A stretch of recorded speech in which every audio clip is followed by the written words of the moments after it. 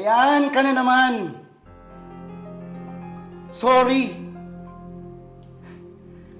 Wala ka nang ibang ginawa kundi painitin ang ulo ko eh. Nakikita mo ba to?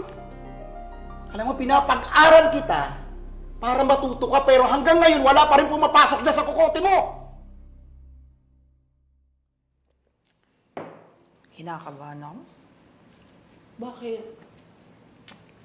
Baka palayasin ako ni Dad. Andiyan na ba yung card mo? Kakasend lang, tingnan mo. Hala, ate. Oh, musta? Dad, Hmm. na-send ko na po pala yung link ng card ko.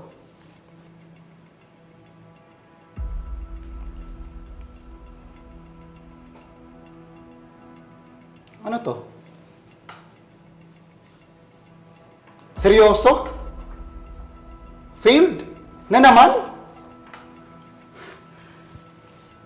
Wala ka na ba talaga maibibigay dito kundi failure at mababang grades mo? Na-pressure po kasi ako, Dad. Kaya, na-mental block ako. I'm sorry, Dad. Ayan ka na naman. Sorry. Wala ka nang ibang ginawa kundi painitin ang ulo ko eh. Nakikita mo ba to? Alam mo, pinapag-aral kita para matuto ka pero hanggang ngayon wala pa rin pumapasok dyan sa kukote mo. Dad, ginawa ko naman po yung lahat eh. I really tried my best. Pero wala po eh. Sorry po. You tried your best. Ha? Yun na yun. Wala ka kasing ginawa kundi gumala eh. Hindi ka tumulad dito sa kapatid mo. Laging honor student. Ha? Ano? My God. Di ka magaya dyan? Scholar pa yan, oh! Dad, sorry po. Babawi na lang po ako next time, Dad. Sabihin mo yan pag may napatunayan ka na. Kabad trip. Okay lang yan, ate.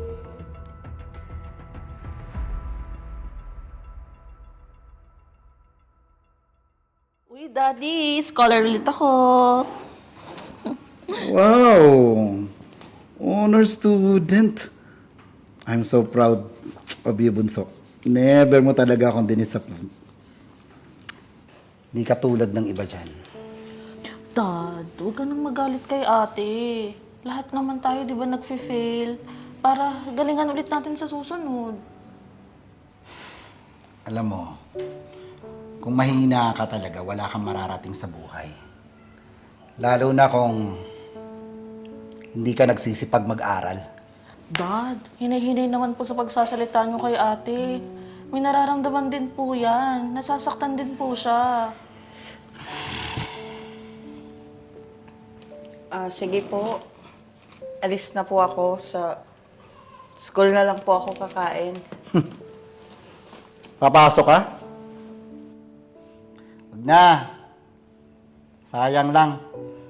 Wala din namang kwenta eh. Kung papasok ka pa. Wala din namang pumapasok dyan sa utak mo eh. Alam mo, Bunso, Dad, ikaw huwag ka talaga nang- yung baby ko. Thank you, Daddy.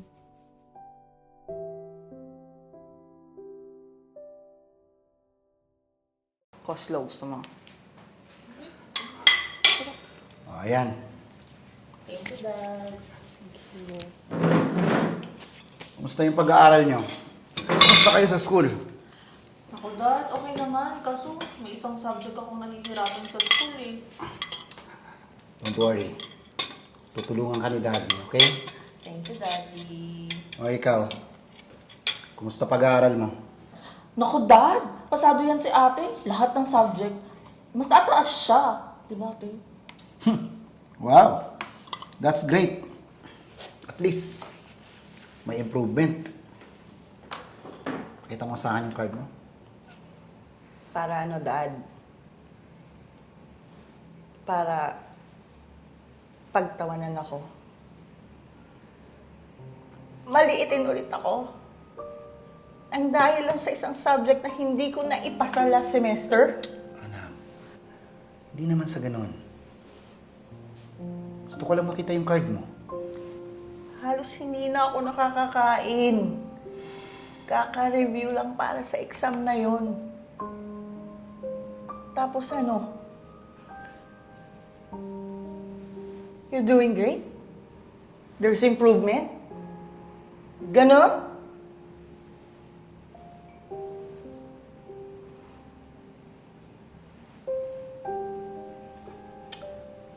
Anak, hindi naman sa ganon. What I'm trying to say is, gusto ko lang yung best para sa'yo. Ni minsan, hindi ko narinig sa inyo na proud ako sa iyo. Dad, anak mo din ako. At gusto ko lang namang ma-appreciate mo ko. Pero, you never did.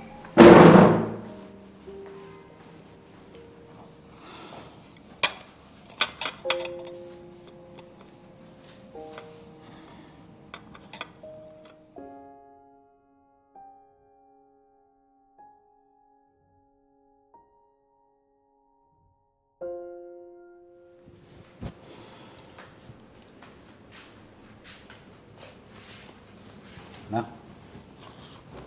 pwede ba tayo mag-usap? Pero Dad, nagre-review pa po kasi ako para sa finals ko. Alam mo na, gusto ko sana humingi sa'yo ng sorry sa lahat ng nagawa at nasabi ko sa'yo. Hindi ko alam, gano'n na pala ako kasamang ama para sa'yo. Lahat naman, Dad, ginawa ko para mapasaya kayo. Para maging proud po kayo sa akin. Pero, gusto ko lang naman pong maging proud kayo sa akin eh. Kaya nga anak proud naman ako sa'yo.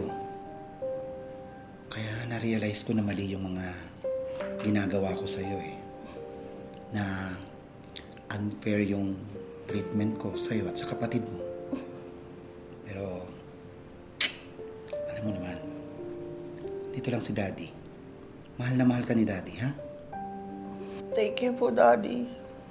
Sorry po kasi nasagot-sagot kita. Ano ba?